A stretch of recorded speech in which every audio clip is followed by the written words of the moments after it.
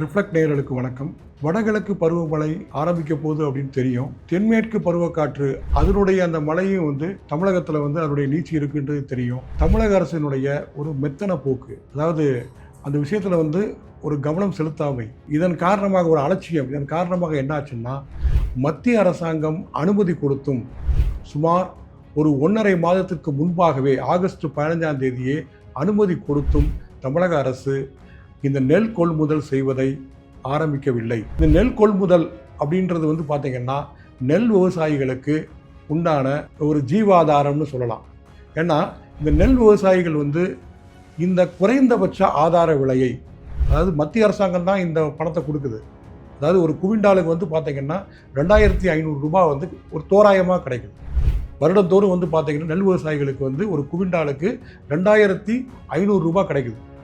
ஒரு குவிண்டால் அப்படின்றது 100 கிலோ. ஒரு குவிண்டால் அப்படின்றது பார்த்தீங்கன்னா 100 கிலோ. ஸோ இந்த 100 கிலோவுக்கு மத்திய அரசாங்கம் எவ்வளோ கொடுக்குதுன்னு கேட்டிங்கன்னா 2500. அந்த 2500ல் 2350 மத்திய அரசாங்கம் கொடுப்பது, ஒரு 150 பார்த்தீங்கன்னா தமிழக அரசு சப்சிடியாக கொடுக்குது. அவங்களுடைய ஊக்கத்தொகையாக தமிழக அரசாங்கம் கொடுக்குது. ஸோ இப்போ பார்த்தீங்கன்னா இந்த தொகை ஆண்டுதோறும் மாறும். இப்போ இந்த வருஷம் ஃபிக்ஸ் பண்ணியிருக்கிறது பார்த்தீங்கன்னா அந்த 2 வகையான நெல் இருக்குது. அந்த காமன் நெல்லுக்கு பார்த்தீங்கன்னா 2369, அந்த சன்னா ரகம் அந்த நெல்லுக்கு பார்த்தீங்கன்னா 2389, அந்த 2350 அந்த ரேஞ்சில் தான் இருக்கும். அதே மாதிரி தமிழக அரசும் பார்த்தீங்கன்னா இதுக்கு கொடுக்கக்கூடிய சப்சிடரி அமௌண்ட் 130, 150, இதை தமிழக அரசாங்கம் சப்சிடரியாக கொடுக்குதுன்னு பார்க்குறோம். இப்போ இந்த கொள்முதலை மத்திய அரசாங்கம் தமிழக அரசோடு இணைத்து தான் இதை செயல்படுத்தும் அப்படின்னு பார்க்குறோம். இதை பார்த்தீங்கன்னா நம்ம விவசாயத்துறை அமைச்சர் என்ன சொல்கிறாங்க, எங்கள் மத்திய அரசாங்கம் அனுமதி கொடுக்கலை அப்படின்னு சொல்கிறாங்க. அனுமதி கொடுத்து 1.5 மாதம் ஆச்சு. எடப்பாடி பழனிசாமி அவர்கள் இதை ஒரு கேள்வியாக அவங்க வருத்தப்பட்டு கேட்டதுக்கப்புறம் தான் இவங்க என்ன பண்ணுறாங்க, நெல்மணிகள்லாம் முளைத்து விட்டது. அதாவது முளைத்து விட்டதுன்னா என்ன அர்த்தம், மாய்ச்சர் ஆயிடுச்சுன்னு அர்த்தம். அதாவது இது ஒரு 8லிருந்து ஒரு 11% அந்த ஈரப்பதம் இருந்தால்தான் இந்த நெல்மணிகளை அவங்க பர்ச்சேஸ் பண்ணுறதுக்கு உகந்ததாக இருக்கும். ஸோ இன்றைக்கு பார்த்தீங்கன்னா எல்லாமே 22% மேலே அதில் மாய்ச்சர் இருக்குது அப்படின்னு பார்க்குறோம். இந்த மாதிரி மாய்ச்சர் ஆயிடுச்சுன்னா அவங்களுக்கு எடை குறையும், அதனுடைய குவாலிட்டி குறையும். அப்போ என்ன ஆகும்னு கேட்டிங்கன்னா இவங்களுக்கு குறைந்தபட்ச அந்த ஆதார விலை, அந்த எம்எஸ்பின்னு சொல்லுவோம், அந்த மினிமம் அந்த சேஃப் ப்ரைஸ் இருக்கு இல்லையா, அந்த குறைந்தபட்ச ஆதார விலை 1 கிலோ அரிசிக்கு இன்றைக்கி நமக்கு தெரியும் மார்க்கெட்டில் இன்றைக்கி என்ன ரேட்டு போகுது, 50-60 ரூபாய் கிட்ட போகுது. இது விவசாயிகளுக்கு எவ்வளோ கிடைக்குதுன்னு கேட்டிங்கன்னா ஒரு 30லிருந்து 35 ரூபா கிடைக்குது. ஒரு குவிண்டாலுக்கு 100 கிலோ நெல் நம்ம ஆலையில் கொடுத்தோன்னா 65லிருந்து 75 கிலோ வரைக்கும் அரிசி கிடைக்கும்.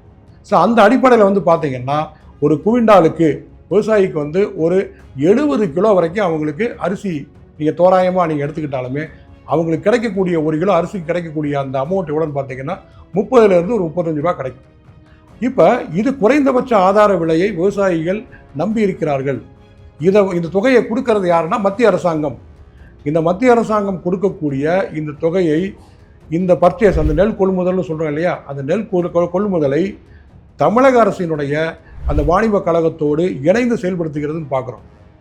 தமிழக அரசும் இணைந்து இந்த பர்ச்சேஸ் செய்யணும், அந்த கொள்முதல் பண்ணணும். அந்த கொள்முதல் செய்ய தமிழக அரசாங்கம் காலதாமதம் படுத்திவிட்டது. அதாவது மெத்தனமாக, தன்னுடைய மெத்தன போக்கின் காரணமாக உரிய நேரத்தில் அந்த நெல் கொள்முதலை அவர்கள் ஆரம்பிக்காததால் இன்றைக்கு பார்த்தீங்கன்னா விவசாயிகள் அனைவருமே, அதாவது நெல் விவசாயம் பண்ண ஒரு அநேக விவசாயிகள் அவங்களுடைய அந்த வாழ்வாதாரம் இன்றைக்கு கேள்விக்குறியாக இருக்குது அப்படின்னு பார்க்குறோம்.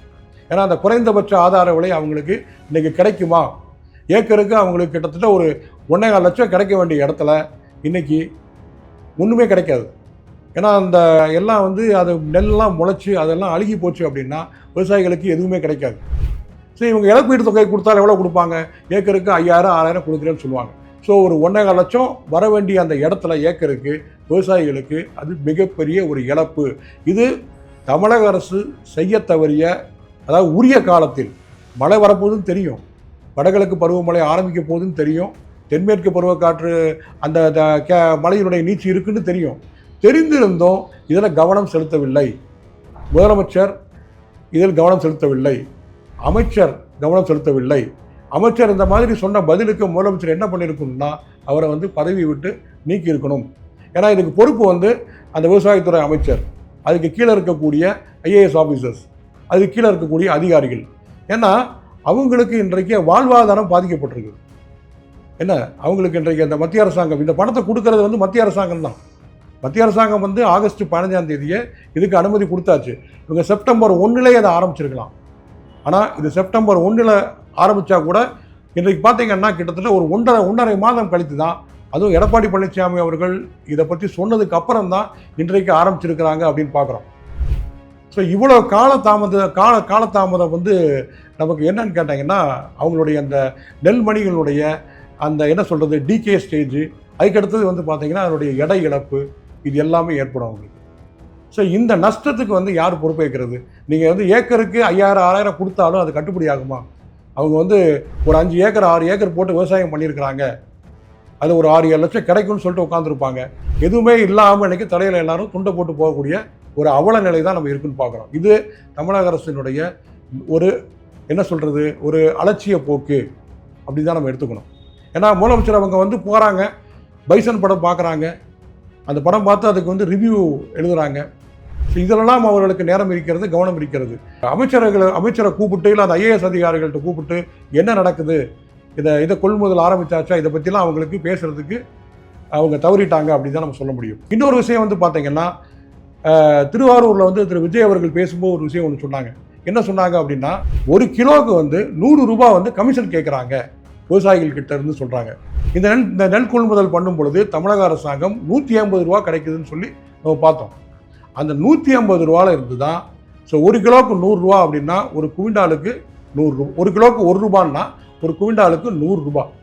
ஆக மொத்தம் விவசாயிக்கு கிடைக்கக்கூடிய அந்த 2500 ரூபாயிலிருந்து 100 ரூபாயை அங்கே இருக்கக்கூடிய அந்த உதவியாளர்கள் இவங்க எல்லாருமே கமிஷனாக கிடையாது, லஞ்சமாக வாங்கிறார்கள் அப்படின்னு நம்ம பார்க்குறோம்.